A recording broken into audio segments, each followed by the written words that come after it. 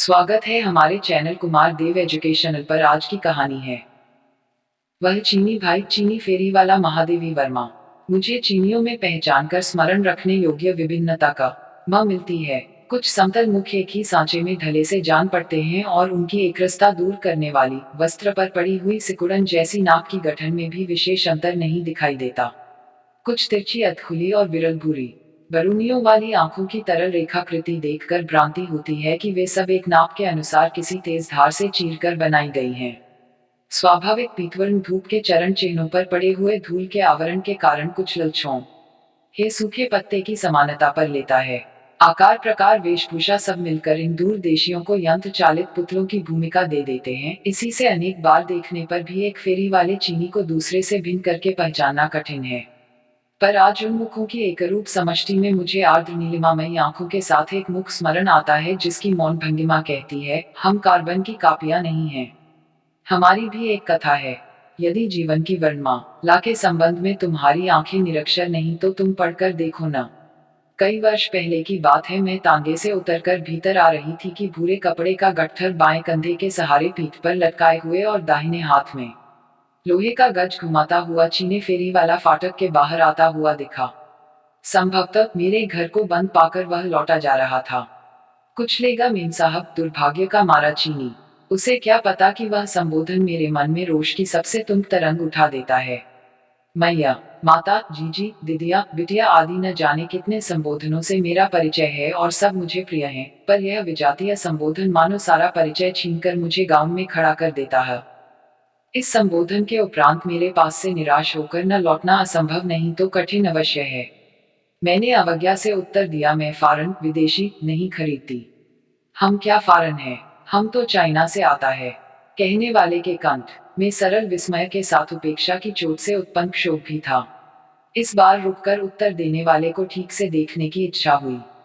धूल से मटमैले सफेद किरमिच के जूते में छोटे पैर छिपाए, पतलून और पाजामे का सामा श्रित परिणाम जैसा पाजामा और कुर्ता तथा कोट की एकता के आधार पर सिला कोट पहने, उधड़े हुए किनारों से पुरानेपन की घोषणा करते हुए हैत से आधा माथा ढके दाढ़ी मूछ विहीन दुबली नाटी जो मूर्ति खड़ी थी वह तो शाश्वत चीनी है। उसे सबसे अलग करके देखने का प्रश्न जीवन में पहली बार उठा।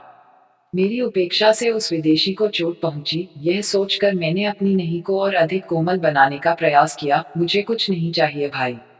चीनी भी विचित्र निकला। हमको भाया बोला है, तुम जरूर लेगा हाँ। हूं करते हाथ चला वाली कहावत हो गई। विवश कहना पड़ा, देखूं तुम्हारे पास है क्या। चीनी बरामदे में कपड़े का गट्ठा उतारता हुआ कह चला, बहुत अच्छा सिल्क आता है सिस्टर, चाइना सिल्क क्रेप। बहुत कहने सुनने के उपरांत 2 मेजपोश खरीदना आवश्यक हो गया। सोचा चलो छुट्टी हुई, इतनी कम बिक्री होने के कारण चीनी अब कभी इस ओर आने की भूल न करेगा। पर कोई 15 दिन बाद वह बरामदे में अपनी गठरी पर बैठकर गज को फर्श पर बजा बजाकर गुनगुनाता हुआ मिला। मैंने उसे कुछ बोलने का अवसर न देकर व्यस्त भाव से कहा, अब तो मैं कुछ न लूंगी, समझे। चीनी खड़ा होकर जेब से कुछ निकालता हुआ प्रफुल्ल मुद्रा से बोला, सिस्टर आपका वास्ते ही लाता है, बहुत बेस्ट सब सेल हो गया। हम इसको पॉकेट में छिपा के लाता है। देखा कुछ रुमाल थे ऊदी रंग के डोरे भरे हुए, किनारों का हर घुमाव और कोनों में उसी रंग से बने नन्हे फूलों की प्रत्येक पंखुड़ी चीनी नारी की कोमल उंगलियों की कलात्मकता ही नहीं व्यक्त कर रही थी, जीवन के अभाव की करुण कहानी भी कह रही थी। माँ रेमुख के निषेधात्मक भाव को लक्ष्य कर अपनी नीली रेखाकृत आंखों को जल्दी जल्दी बंद करते और खोलते हुए वह एक सांस में सिस्टर का वास्ते लाता है, सिस्टर का वास्ते लाता है दोहराने लगा। मन में सोचा, अच्छा भाई मिला है। बचपन में मुझे लोग चीनी कहकर चिढ़ाया करते थे। संदेह होने लगा उस चिढ़ाने में कोई तत्व भी रहा होगा। अन्यथा आज एक सचमुच का चीनी सारे इलाहाबाद को छोड़कर मुझसे बहन का संबंध क्यों जोड़ने आता। पर उस दिन से चीनी को मेरे यहाँ जब तब आने का विशेष अधिकार प्राप्त हो गया है। चीन का साधारण श्रेणी का व्यक्ति भी कला के संबंध में विशेष अभिरुचि रखता है, इसका पता भी उसी चीनी की परिष्कृत रुचि में मिला। नीली दीवार पर किस रंग के चित्र सुंदर जान पड़ते हैं, हरे कुशन पर किस प्रकार के पक्षी अच्छे लगते हैं, सफेद पर्दे के कोने में किस बनावट के फूल पत्ते खिलेंगे आदि के विषय में चीनी उतनी ही जानकारी रखता था जितनी किसी अच्छे कलाकार से मिलेगी। रंग से उसका अति परिचय यह विश्वास उत्पन्न कर देता था कि वह आंखों पर पट्टी बांध देने पर भी केवल स्पर्श से रंग पहचान लेगा। चीन के वस्त्र, चीन के चित्र आदि की रंगमयता देखकर भ्रम होने लगता है कि वहां की मिट्टी का हर कण भी इन्हीं रंगों से रंगा हुआ न हो। चीन देखने की इच्छा प्रकट करते ही सिस्टर का वास्ते हम चलेगा कहते कहते चीनी की आंखों की नीली रेखा प्रसन्नता से उजली हो उठती थी। अपनी कथा सुनाने के लिए वह विशेष उत्सुक रहा करता था, पर कहने सुनने वाले की बीच की खाई बहुत गहरी थी। उसे चीनी और बर्मी भाषाएं आती थी, जिनके संबंध में अपनी सारी विद्या बुद्धि के साथ में ख के अंधे नाम नयन सुख की कहावत चरितार्थ करती थी। अंग्रेजी की क्रियाहीन संज्ञाओं और हिंदुस्तानी की संज्ञाहीन क्रियाओं के सम्मिश्रण से जो विचित्र भाषा बनती थी, उसमें कथा का सारा मर्म बंध नहीं पाता था। जो कथाएं हृदय का बांध तोड़कर दूसरों को अपना परिचय देने के लिए बह निकलती हैं, प्रायः करुण होती हैं और करुणा की भाषा शब्दहीन रहकर भी बोलने में समर्थ है। चीनी फेरी वाले की कथा भी इसका अपवाद नहीं। जब न के माता पिता ने मॉडले बर्मा आकर चाय की छोटी दुकान खोली, तब उसका जन्म नहीं हुआ था। उसे जन्म देकर और 7 वर्ष की बहन के संरक्षण में छोड़कर जो परलोक सिधारी उस अनदेखी माँ के प्रति चीनी की श्रद्धा अटूट थी। संभवतः माँ ही ऐसी प्राणी है जिसे कभी न देख पाने पर भी मनुष्य ऐसे स्मरण करता है जैसे उसके संबंध में जानना बाकी नहीं। यह स्वाभाविक भी है। मनुष्य को संसार में बांधने वाला विधाता माता ही है, इसी से उसे न मानकर संसार को न मानना सहज है, पर संसार को मानकर उसे मानना असंभव ही रहता है। पिता ने जब दूसरी बर्मी चीनी स्त्री को गृहिणी पद पर अभिषिक्त किया, तब उन मातृहीनों की यातना की कठोर कहानी आरंभ हुई। दुर्भाग्य इतने से ही संतुष्ट नहीं हो सका, क्योंकि उसके 5वें वर्ष में पैर रखते रखते एक दुर्घटना में पिता ने भी प्राण खोए। अब अबोध बालकों के समान उसने सहज ही अपनी परिस्थितियों से समझौता कर लिया, पर बहन और वह माता में किसी प्रस्ताव को लेकर जो वैमनस्य बढ़ रहा था, वह इस समझौते को उत्तरातर विषाक्त बनाने लगा। किशोरी बालिका की अवज्ञा का बदला उसको नहीं, उसके अबोध भाई को कष्ट देकर भी चुकाया जाता था। अनेक बार उसने ठिठुरती हुई बहन की कंपित उंगलियों में अपना हाथ रख उसके मलिन वस्त्रों में अपने आंसुओं से धुला मुख किया और उसी की छो गोद में सिमटकर भूख भुलाई थी। कितनी ही बार सवेरे आंख मूंदकर बंद द्वार के बाहर वार से टिकी हुई बहन को उससे गीले बालों में अपनी ठिठुरती हुई उंगलियों को गर्म करने का व्यर्थ प्रयास करते हुए उसने पिता के पास जाने का रास्ता पूछा था। उत्तर में बहन के फीके गाल पर चुपचाप ठुलक आने वाले आंसू की बड़ी बूंद देखकर वह घबराकर बोल उठा था, उसे कहवा नहीं चाहिए, वह तो पिता को देखना भर चाहता है। कई बार पड़ोसियों के यहाँ रकाबियां धोकर और काम के बदले भात मांगकर बहन ने भाई को खिलाया था। व्या था कि कौन सी अंतिम मात्रा ने बहन के नन्हे हृदय का बांध तोड़ डाला। इसे अबोध बालक किया जाने पर एक रात उसने बिछौने पर लेटकर बहन की प्रतीक्षा करते करते आधी आंख खोली और विमाता को कुशल बाजीगर की तरह मैली कुचली बहन का काया पलट करते हुए देखा। उसके सूखे ओठों पर विमाता की मोटी उंगली ने दौड़ दौड़ कर लाली फेरी, उसके फीके गालों पर चौड़ी हथेली ने घूम घूम कर सफेद गुलाबी रंग भरा, उसके रूखे बालों को कठोर हाथों ने घेरे घेर कर संवारा और तब नए रंगीन वस्त्रों में सजी हुई उस मूर्ति को एक प्रकार से ठेलती हुई विमाता रात के अंधकार में बाहर अंतर्निहित हो गई। बालक का विस्मय भय में बदल गया और भय ने रोने में शरण पाई। कब वह रोते रोते सो गया इसका पता नहीं, पर जब वह किसी के स्पर्श से जागा तो बहन उस गठरी बने हुए भाई के मस्तक पर मुख रखकर सिसकियां रोक रही थी। उस दिन उसे अच्छा भोजन मिला, दूसरे दिन कपड़े, तीसरे दिन खिलौने, पर बहन के दिनों दिन विवर्ण होने वाले होंठों पर अधिक गहरे रंग की आवश्यकता पड़ने लगी। उसके उत्तरोत्तर फीके पड़ने वाले गालों पर देर तक पाउडर मला जाने लगा। बहन के खींचते शरीर और घटती शक्ति का अनुभव बालक करता था, पर वह किससे कहे, क्या करे, यह उसकी समझ के बाहर की बात थी। बार बार सोचता था पिता का पता मिल जाता तो सब ठीक हो जाता। उसके स्मृति पट पर माँ की कोई रेखा नहीं, परंतु पिता का जो अस्पष्ट चित्र अंकित था, उनके स्नेहशील होने में संदेह नहीं रह जाता। प्रतिदिन निश्चित करता कि दुकान में आने वाले प्रत्येक व्यक्ति से पिता का पता पूछेगा और एक दिन चुपचाप उनके पास पहुंचेगा और उसी तरह चुपचाप उन्हें घर लाकर खड़ा कर देगा। तब यह विमाता कितनी डर जाएगी और बहन कितनी प्रसन्न होगी। चाय की दुकान का मालिक अब दूसरा था, परंतु पुराने मालिक के पुत्र के साथ उसके व्यवहार में सहृदयता कम नहीं रही। इसी से बालक एक कोने में सिकू अड़कर खड़ा हो गया और आने वालों से हकला हकला कर पिता का पता पूछने लगा। कुछ ने उसे आश्चर्य से देखा, कुछ मुस्कुरा दिए, पर एक दो ने दुकानदार से कुछ ऐसी बात कही जिससे वह बालक को हाथ पकड़कर बाहर ही छोड़ आए। इस भूल की पुनरावृत्ति होने पर विमाता से दंड दिलाने की धमकी भी दे गया। इस प्रकार उसकी खोज का अंत हो गया।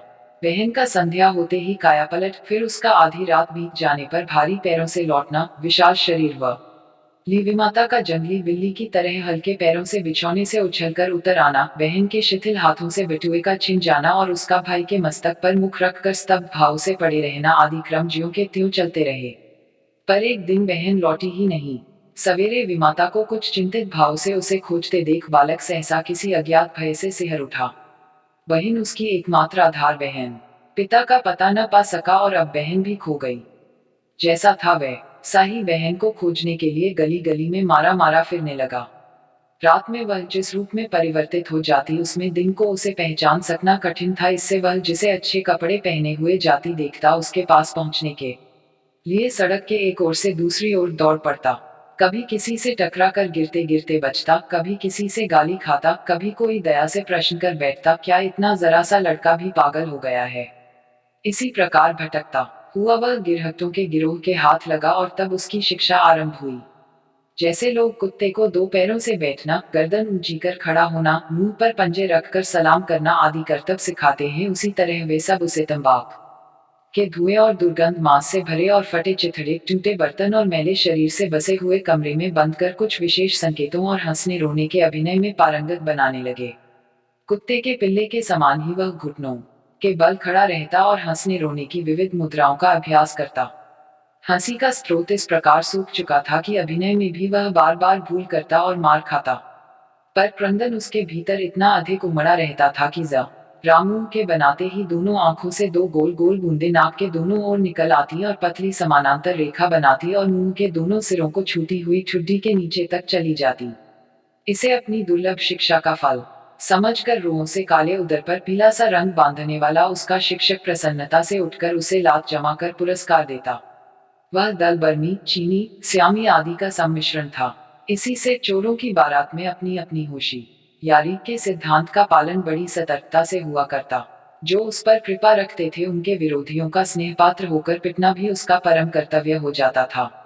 किसी की कोई वस्तु खोते ही उस पर संदेह की ऐसी दृष्टि भगवती की बिना चुराए ही वह चोर के समान कांपने लगता और तब उस चोर के घर छिचोर की जो मरम्मत होती कि उसका स्मरण करके चीनी की आंखें आज भी व्यथा और अपमान से भग भग जलने लगती थी। सबके खाने के पात्र में बच उच्छिष्ट एक ताम चीनी के टेढ़े बर्तन में सिगार से जगह जगह जले हुए कागज से ढक कर रख दिया जाता था, जिसे वह हरी आंखों वाली बिल्ली के साथ खाता था। बहुत रात गए तक उसके नरक के साथी एक एक कर आते रहते और अंगी खी के पास सिकुड़ कर लेटे हुए बालक को ठुकराते हुए निकल जाते। उनके पैरों की आहट को पढ़ने का उसे अच्छा अभ्यास हो चला था। जो हल्के पैरों को जल्दी जल्दी रखता आता है उसे बहुत कुछ मिल गया है। जो शिथिल पैरों को घसीटता हुआ लौटता वह खाली हाथ है। जो दीवार को टटोलता हुआ लड़खड़ाते पैरों से बढ़ता वह शराब में सब खोकर बेसुध आया है। जो दहली से ठोकर खाकर धम धम पैर रखता हुआ घुसता है उसने किसी से झगड़ा मोल ले लिया है। आदि का ज्ञान उसे अनजान में ही प्राप्त हो गया था। यदि दीक्षांत संस्कार के उपरांत विद्या के उपयोग का श्री गणेश होते ही उसकी भीख पिता के परिचित एक चीनी व्यापारी से नहीं हो जाती तो इस साधना से प्राप्त हुई वत्ता का अंत क्या होता यह बताना कठिन है। पर संयोग ने उसके जीवन की दिशा को इस प्रकार बदल दिया कि वह कपड़े की दुकान पर व्यापारी की विद्या सीखने लगा। प्रशंसा का पुल बांधते बांधते वर्षों पुराना कपड़ा सबसे पहले उठा लाना, गज से इस तरह नापना कि जो रत्ती बराबर भी आगे न बढ़े, चाहे अंगुल भर पीछे रह जाए। रुपए से लेके पाई तक को खूब देखभाल कर लेना और लौटाते समय पुराने खोटे पैसे विशेष रूप से खनखा खनकाह कर दे डालना आदि का ज्ञान कम रहस्यमय नहीं था। पर मालिक के साथ भोजन मिलने के कारण बिल्ली के उच्छिष्ट सहभोज की आवश्यकता नहीं रही और दुकान में सोने की व्यवस्था होने से अंगीठी के पास ठोकरों से पुरस्कृत होने की विशेषता जाती रही। चीनी छोटी अवस्था में ही समझ गया था कि धन संचय से संबंध रखने वाली सभी विद्याएं एक सी हैं, पर मनुष्य किसी का प्रयोग प्रतिष्ठापूर्वक कर सकता है और किसी का छिपाकर। कुछ अधिक समझदार होने पर उसने अपनी अभागी बहन को ढूंढने का बहुत प्रयत्न किया पर उसका पता न पा सका। ऐसी बालिकाओं का जीवन खतरे से खाली नहीं रहता। कभी वे मूल्य देकर खरीदी जाती हैं और कभी बिना मूल्य के गायब कर दी जाती हैं। कभी वे निराश होकर आत्महत्या कर लेती हैं और कभी शराबी ही नशे में उन्हें जीवन से मुक्त कर देते हैं। उस रहस्य की सूत्रधारिणी विमाता भी संभवतः पूर्ण विवाह कर किसी और को सुखी बनाने के लिए कहीं दूर चली गई थी। इस प्रकार उस दिशा में खोज का मार्ग ही बंद हो गया। इसी बीच में मालिक के काम से चीनी रंगून आया, फिर 2 वर्ष कलकत्ता में रहा और अन्य साथियों के साथ उसे इसी ओर आने का आदेश मिला। यहाँ शहर में एक चीनी जूते वाले के घर ठहरा है और सवेरे 8 से 12 और 2 से 6 बजे तक फेरी लगाकर कपड़े बेचता रहता है। चीनी की 2 इच्छाएं हैं, ईमानदार बनने की और बहन को ढूंढ लेने की, जिनमें से एक की पूर्ति तो स्वयं उसी के हाथ में है और दूसरी के लिए वह प्रतिदिन भगवान बुद्ध से प्रार्थना करता है। बीच बीच में वह महीनों के लिए बाहर चला जाता था, पर लौटते ही सिस्टर का वास्ते ही लाता है, कहता हुआ कुछ लेकर उपस्थित हो जाता। इस प्रकार देखते देखते मैं इतनी अभ्यस्त हो चुकी थी कि जब एक दिन वह सिस्टर का वास्ते कहकर और शब्दों की खोज करने लगा, तब मैं उसकी कठिनाई न समझकर हंस पड़ी।